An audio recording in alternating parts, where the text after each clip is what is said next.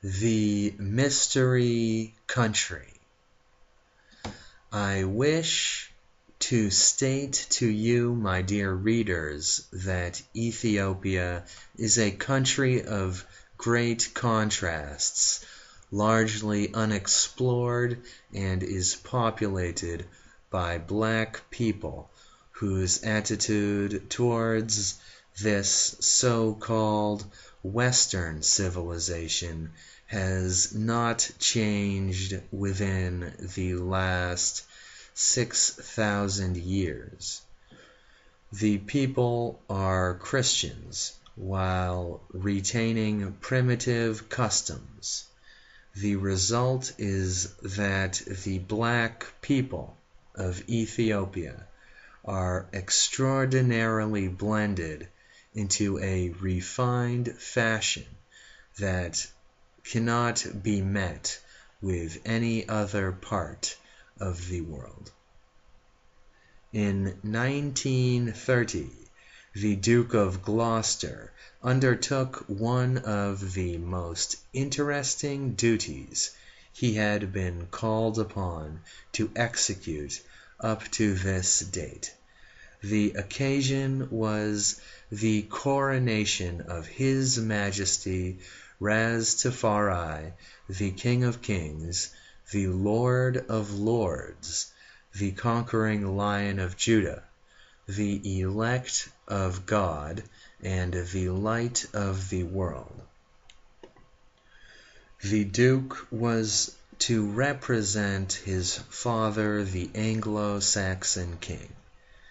The Duke handed His Majesty Rastafari, the King of Kings, and the Lord of Lords, a scepter of solid gold, 27 inches long, which had been taken from the hands of Ethiopia some 1,000 years ago.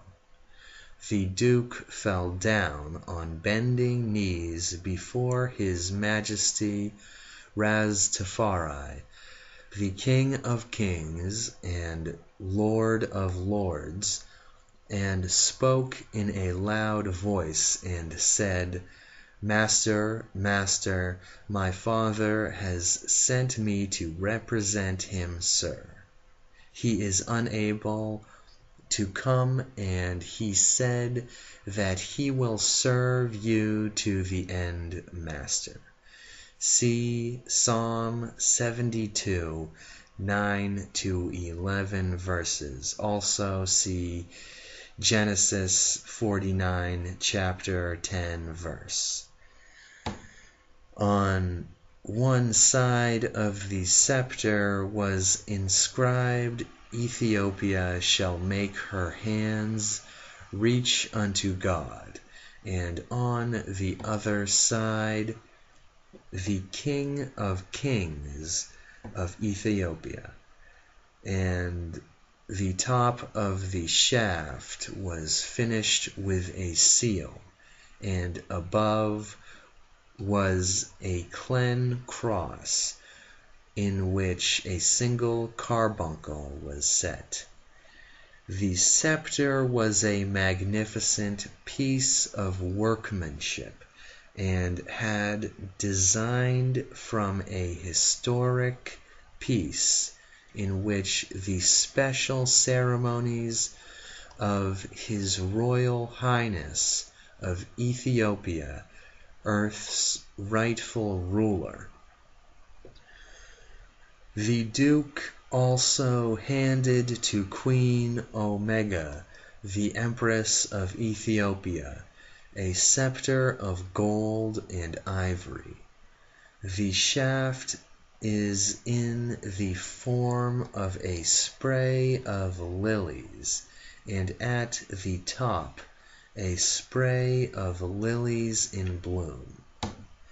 It was a brilliant ceremony. The church began to be filled. The Ethiopians were brilliant in special robes, having discarded their precious white robes and wore jewels of great value.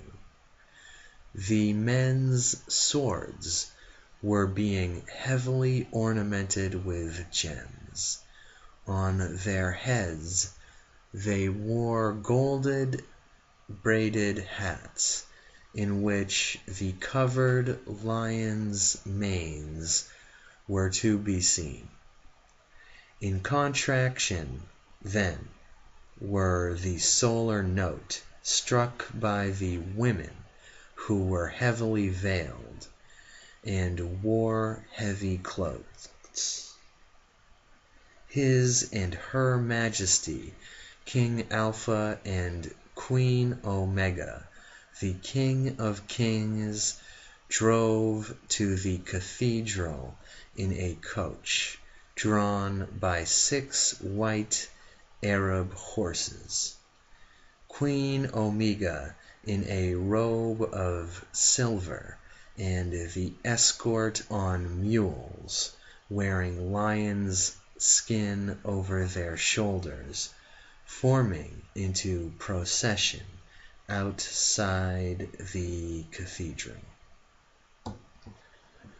King Rastafari and Queen Omega, the royal pair, the escort, and a line of bishops and priests entered the guest rank obeisance. King Alpha sitting on his throne, homage was done to him by the bishops and priests, fulfilling the 21st Psalm. The ceremony took 10 days, from the 2nd day to the 11th day of November 1930.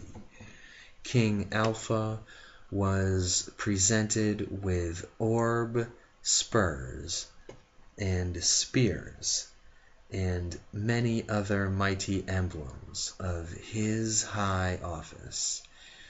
Dignitaries of the world power presented King Alpha with the wealth of oceans. The emperor attended to most of his preparations for the reception of his thousands of guests himself, and day after day could be seen rushing about in his scarlet car, seeing how the white laborers were getting on with the new road. He had ordered that the lawns he had laid down be attended to, and that the extension of the electric lights throughout the city were being hurried on.